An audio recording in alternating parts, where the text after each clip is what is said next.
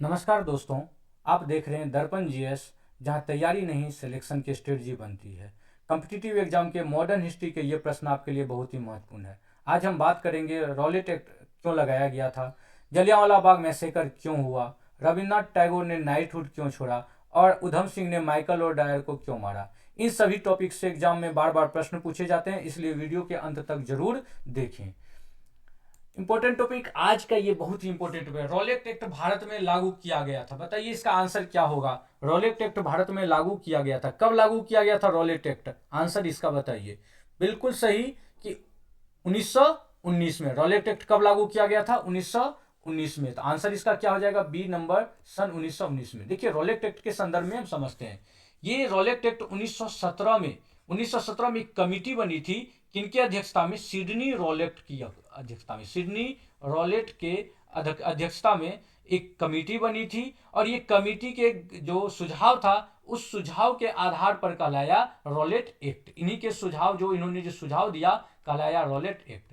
Rowlatt act जो था, ये रॉलेट एक्ट जिस समय लागू हुआ भारत में, उसमें भारत के वायसराय कौन थे? तो वायसराय, ध्यान रखिएगा, वायसराय थे लॉर्ड चेम्सफोर्ड। कौन थे? Lord Chelmsford. ध्यान रखिएगा, लॉर्ड चेम्सफोर्ड। उन समय में भारत के वायसराय कौन थे? Lord Chelmsford.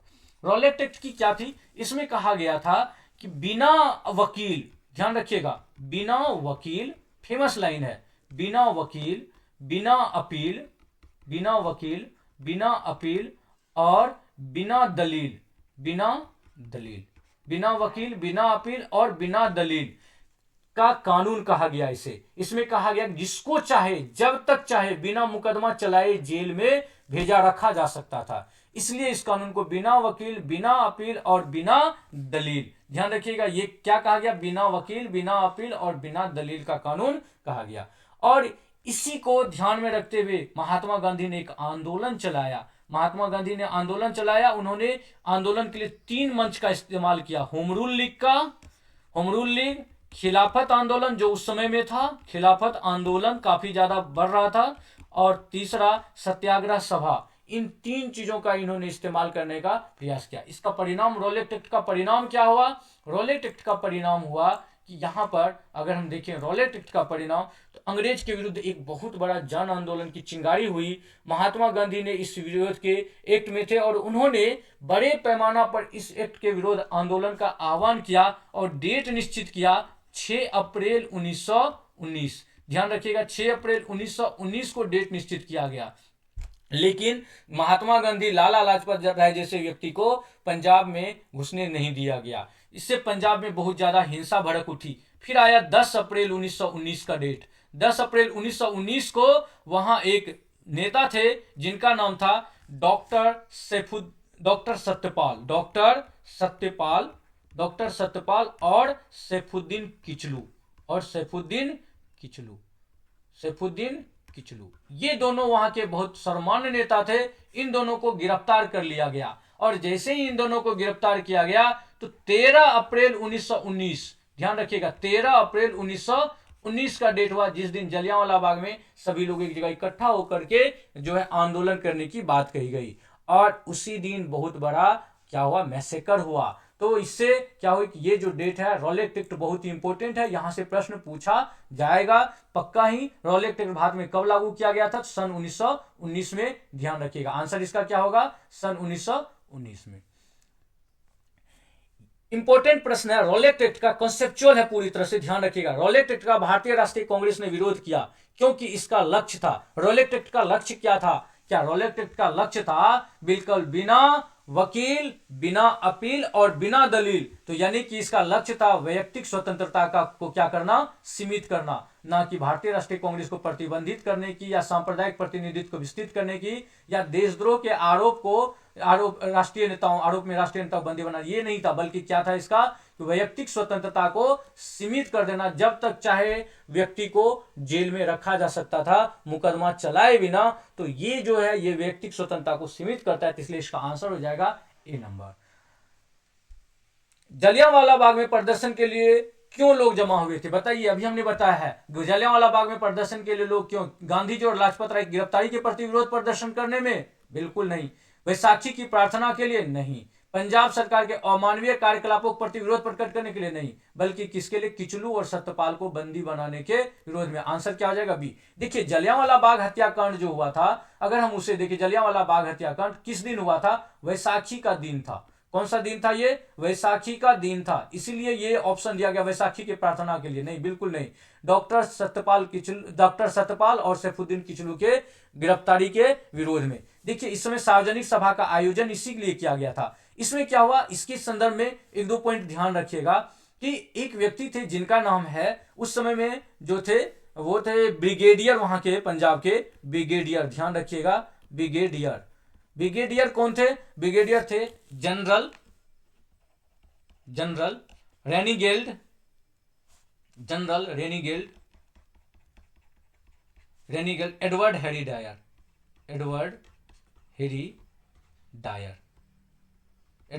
डायर, ये ब्रिगेडियर जनरल रेनीगेल्ड एडवर्ड है। और उस समय में पंजाब के एलजी कौन थे, यानी लेफ्टिनेंट गवर्नर कौन थे? तो माइकल ओ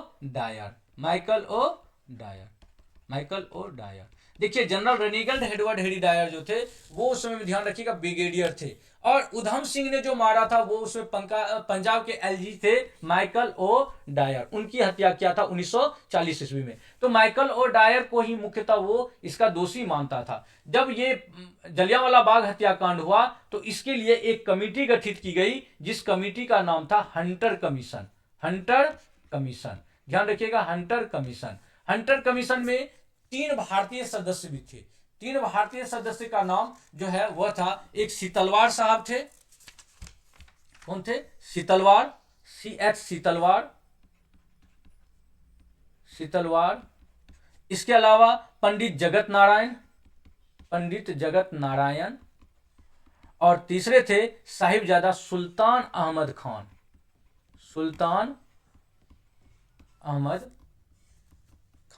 तो ये हंटर कमीशन की गठित किया गया। हंटर कमीशन ने हत्याकांड की जांच किया, और हत्याकांड के जांच में ब्रिटिश सरकार जो गठित की गई थी, उन्होंने कहा कि 1920 में इन्होंने रिपोर्ट दिया और कहा कि ये केवल जो है डायर का निर्णय लेने की भूल था। तो इन्होंने रिपोर्ट कब दिया? 1920 में। इस रिपोर्ट से लोग खुश नहीं हुए और इसी रिपोर्ट के विरोध में असहयोग आंदोलन शुरू हुई। देखिए general Reginald Edward Harry Dyer जो थे, उनको जलियांवाला बाग हत्याकांड के बाद उन्होंने इस्तीफा तो दे दिया, लेकिन जब वो गए लंदन, तो लंदन में उन्हें अलग अलग उपाधियों से, जैसे ब्रिटिश साम्राज्य का रक्षक कहा गया वहां के अखबारों में, इसके अलावा वहां के अखबार में मान की तलवार कही गई। वहीं ब्रिटिश लॉर्ड सभा जो था, उन्होंने ब्रिटिश साम्राज्य का शेर कहा इन्हें। कौन कहा? वहां का जो लॉर्ड सभा था, ब्रिटिश लॉर्ड सभा था, ब्रिटिश लॉर्ड सभा ने उन्हें क्या कहा? ब्रिटिश साम्राज्य का शेर कहा। इनसे और ज्यादा जो है लोगों के अंदर में जो ब्रिटेन के प्रति पूरी तरह से एक खुन्नस बढ़ गई, ब्रिटिश साम्राज्य का शेर कहा गया, है ना। तो इस तरह से ये जो पूछा जाता है जलियांवाला बाग हत्याकांड, तो आप इन्हें ध्यान रख सकते हैं। तो जलियांवाला बाग में प्रदर्शन के लिए लोग क्यों जमा हुए थे? किचलू और सत्यपाल को बंदी बनाने के विरोध में प्रदर्शन करने के लिए। अगला प्रश्न है आपके सामने, जलियांवाला बाग नरसंहार किस गांधीवादी सत्याग्रह के संबंध में हुआ? तो इसे कहा गया रॉलेट सत्याग्रह। किस सत्याग्रह के संबंध में? तो बी नंबर होगा आंसर, रॉलेट सत्याग्रह। रविन्द्रनाथ टैगोर ने अपनी नाइटहुड उपाधि किस कारण त्याग दी? रविन्द्रनाथ टैगोर ने अपने नाइटहुड की उपाधि क्यों त्याग दी थी? क्योंकि इन्होंने जलियांवाला बाग हत्याकांड के विरोध में इन्होंने अपना जो है नाइटहुड की उपाधि त्याग दिया। जो रविन्द्रनाथ टैगोर थे, रविन्द्रनाथ टैगोर का कहना था कि अब समय आ चुका है कि ब्रिटिश सरकार को पूरी तरह बहिष्कृत किया जाए। उन्होंने इसे एक हृदय विदारक घटना माना था, जलियांवाला बाग हत्याकांड को। उन्होंने नाइटहुड की उपाधि त्याग दी और कहा कि समय आ गया है जब सम्मान के तमगे अपमान के बेतुके के संदर्भ में हमारे कलंक को सुस्पष्ट कर देता है। और जहां तक मेरा प्रश्न है, मैं सभी विशेष उपाधियों से रहित होकर अपने देशवासियों के साथ खड़ा होना चाहता हूं, ये चीजें कहा था। इसके अलावा एक व्यक्ति और थे, सी शंकरन नायर। ध्यान रखिएगा, सी शंकरन नायर। इन्होंने जो वहां के वायसराय थे, वायसराय के कार्यकारिणी, जो भारत के वायसराय की कार्यकारिणी होते थे, उसके ये सदस्य थे। वायसराय के कार्यकारिणी के सदस्य से इन्होंने इस्तीफा दे दिया था। इसीलिए सदस्य से क्या किया? इन्होंने इस्तीफा दे दिया। इन्होंने सदस्य थे, उससे इन्होंने इस्तीफा दे दिया। तो ध्यान रखिएगा कि ये सी शंकरन नायर ने वायसराय कार्यकारिणी से सदस्य इस्तीफा दिया था। लंदन में 13 मार्च 1940 को sir Michael O'Dwyer, London में 13 मार्च 1940 को, ध्यान रखिएगा, 13 मार्च 1940 को सर माइकल ओ डायर, जो मैंने बोला पंजाब के उस समय एलजी थे, उनको गोली से मारा गया लंदन में। किनके द्वारा? आंसर बताइए। बिल्कुल सही, लंदन में जो मारा गया वो किनके द्वारा मारा गया था? उधम सिंह के द्वारा। यहां पर उधम सिंह को गिरफ्तार कर लिया गया और उन्हें फांसी की सजा दी गई। उधम सिंह जो थे ये पंजाब के एक बहुत बड़े क्रांतिकारी नेता थे। इन्होंने इस नरसंहार के लिए लेफ्टिनेंट गवर्नर को ही दोषी ये मानते थे। इस तरह से आंसर क्या हो जाएगा इसका? D number, Udham Singh. अखिल भारतीय किसान सभा के प्रथम सत्र की अध्यक्षता किसने की? देखिए, जब हम किसान सभा की बात करते हैं, है ना, अखिल भारतीय किसान सभा के प्रथम सत्र की अध्यक्षता, तो सबसे पहले हम किसान आंदोलन के बारे में थोड़ी सी समझते हैं। देखिए, किसान आंदोलन में अगर हम देखें, सबसे पहले जो किसान सभा है वो है यूपी किसान सभा। यूपी किसान सभा, इसका ध्यान रखिएगा। यूपी किसान सभा, इसका स्थापना किया गया था 1918 ईस्वी में, और इसमें जो इसके संस्थापक सदस्य थे वो थे इंद्र नारायण द्विवेदी, इंद्र नारायण द्विवेदी। दूसरे व्यक्ति थे गौरी शंकर मिश्र, गौरी शंकर मिश्र। और तीसरे व्यक्ति थे मदन मोहन मालवीय, मदन मोहन मालवीय, मदन मोहन मालवीय। ये यूपी किसान सभा के संस्थापक थे। उसके बाद सहजानंद सरस्वती जो हैं, सहजानंद सरस्वती, ये किए थे बिहार प्रांतीय किसान सभा, बिहार प्रांतीय किसान सभा। बिहार प्रांतीय किसान सभा के संस्थापक कौन थे?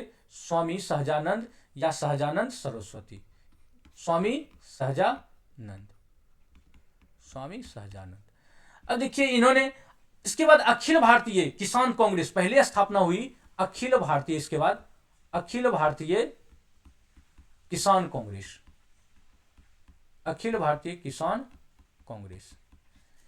देखिए, अखिल भारतीय किसान कांग्रेस की स्थापना जो हुई थी, ये यही सभा बाद में माना गया अखिल भारतीय किसान कांग्रेस की जगह पर हो गया सभा 1936 में। अखिल भारतीय किसान सभा की अगर हम देखें कि पहले अध्यक्ष कौन थे, अखिल भारतीय किसान सभा के पहले अध्यक्ष बताइए, कौन थे पहले अध्यक्ष? तो पहला अध्यक्ष था स्वामी सहजानंद। अखिल भारतीय किसान सभा 1936 में लखनऊ में इसकी स्थापना हुई थी। ध्यान रखिएगा, स्थापना कहां हुआ था इसका? लखनऊ में। स्थापना कहां हुआ था? लखनऊ में। इसके प्रथम अध्यक्ष, प्रथम अध्यक्ष कौन थे? तो प्रथम अध्यक्ष थे स्वामी सहजानंद, स्वामी सहजानंद। और प्रथम सचिव कौन थे इसके? प्रथम जो सचिव थे इसके वो कौन थे? प्रथम महासचिव, महासचिव, प्रथम महासचिव वो थे एनजी रंगा, एनजी रंगा। फिर द्वितीय अध्यक्ष कौन बने? द्वितीय अध्यक्ष बने यही एनजी रंगा साहब। द्वितीय अध्यक्ष कौन थे? एनजी रंगा। देखिए, बीपीएससी ज्यादातर ये पूछता है कि प्रथम अध्यक्ष कौन थे? प्रथम अध्यक्ष स्वामी सहजानंद। तो ध्यान रखिएगा, यही अखिल भारतीय किसान सभा है, अखिल भारतीय किसान कांग्रेस, जिसका नाम बदल करके रखा गया अखिल भारतीय किसान सभा। तो अखिल भारतीय किसान सभा के प्रथम अध्यक्ष कौन थे? तो प्रथम अध्यक्ष थे अखिल भारतीय किसान सभा के स्वामी सहजानंद। तो ये जो अखिल भारतीय किसान सभा है, ये 1936 में जो स्थापना हुई थी अखिल भारतीय किसान कांग्रेस, उसी का नाम बदल करके बना था अखिल भारतीय किसान सभा। इसके अलावा ये चीजें ध्यान रखिएगा, ये जो था ये किसान के हितों के लिए काम करता था। तो इस आधार पर अगर हम देखें प्रश्न का आंसर, तो क्या है? अखिल भारतीय किसान सभा के प्रथम सत्र की अध्यक्षता किसने की? तो स्वामी सहजानंद। तो आंसर क्या हो जाएगा? ए नंबर, अखिल भारतीय किसान सभा प्रथम सत्र की अध्यक्षता किया स्वामी सहजानंद। बंबई में अखिल भारतीय व्यापार संघ कांग्रेस की स्थापना हुई। देखिए, इसी को कहा जाता है Akhil Bharatiya Trade Union Congress, Trade Union Congress, Trade Union Congress, Akhil Bharatiya Trade Union Congress. Akhil Bharatiya Trade Union Congress की अगर हम बात करें तो इसकी अखिल भारतीय ट्रेड यूनियन कांग्रेस, ये इसके जो स्थापनाकार थे, इसके स्थापनाकार, इसका स्थापना कब हुआ था? ध्यान रखिएगा, 31 अक्टूबर 1920 को। और इसके स्थापनाकार में थे एमएन जोशी, एमएन जोशी, लाला लाजपत राय, लाला लाजपत राय और जोसेफ बैप्टिस्टा, जोसेफ बैप्टिस्टा। और लाला लाजपत राय इसके प्रथम अध्यक्ष थे। प्रथम अध्यक्ष कौन बने थे इसके? प्रथम अध्यक्ष बने थे लाला लाजपत राय। लाला लाजपत राय। और इसके प्रथम जो सचिव थे वो कौन बने थे? प्रथम सचिव जोसेफ बैप्टिस्टा ये प्रथम सचिव थे। तो बंबई में अखिल भारतीय, कहां पर स्थापना हुई थी? बंबई में अखिल भारतीय व्यापार संघ की स्थापना हुई थी, व्यापार संघ। और इसका कब हुआ था? सन 1920 में। तो आंसर क्या हो जाएगा? ए नंबर, सन 1920 ईस्वी। नेक्स्ट प्रश्न है, कम्युनिस्ट इंटरनेशनल का सदस्य बनने वाला पहला भारतीय कौन था? कम्युनिस्ट इंटरनेशनल का सदस्य बनने वाला पहला भारतीय, देखिए कम्युनिस्ट इंटरनेशनल की स्थापना हुई थी 1919, मार्च 1919 में स्थापना हुई थी। और इसका स्थापनाकार कौन थे? Vladimir Lenin.